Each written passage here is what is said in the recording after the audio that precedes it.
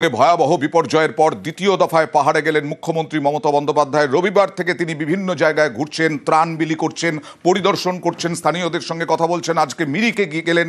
মিরিক লেকের ধারে, মিরিক লেকের পাশে যে বাড়ি, সেই বাড়িগুলো যথেষ্ট ক্ষয়ক্ষতি হয়েছে, প্রচুর ধস নেমেছে ওই এলাকায়। ধসে বিপর্যস্ত মিরিক, সেই মিরিকে ঘরে ঘরে ঢুকলেন।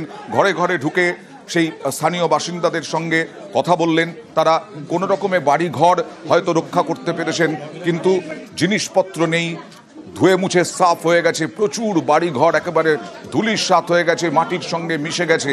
সেই সমস্ত বিধ্বস্ত মানুষের পাশে, বিপর্যস্ত মানুষের পাশে মুখ্যমন্ত্রী মমতা বন্দ্যোপাধ্যায়ের সঙ্গে অরূপ বিশ্বাস, অনিত থাপাও, গৌতম দেব। দুর্যোগ বিধ্বস্ত মিরিকে মমতা বন্দ্যোপাধ্যায় মিরিকের বিভিন্ন বাড়িতে ঢুকলেন, স্থানীয়দের সঙ্গে কথা বলতে ঘরে ঘরে মুখ্যমন্ত্রী। এরপর গেলেন কমিউনিটি সেন্টার, বিভিন্ন ত্রাণ শিবির খোলা হয়েছে বিধ্বস্ত মিরিকে। সেই মিরিকে ত্রাণ বিলি, বাচ্চাদের উপহার দেওয়া, শিশুদের উপহার দেওয়া, কথা বলা তাদের সঙ্গে, তাদের আঁকা দেখলেন। গতকাল মেটেলি, বামনডাঙ্গা বিভিন্ন জায়গা ঘুরে দেখেন, ত্রাণ বিলি করেন মুখ্যমন্ত্রী মমতা বন্দ্যোপাধ্যায়। চারটি জায়গা গতকাল ঘুরে দেখেন। আজকে সুখিয়া পুখরি যাওয়ার কথা ছিল, সুখিয়া পুখরিতে যাবেন। তার আগে মিরিকে তিনি যান, হঠাৎই তিনি মিরিকে যান।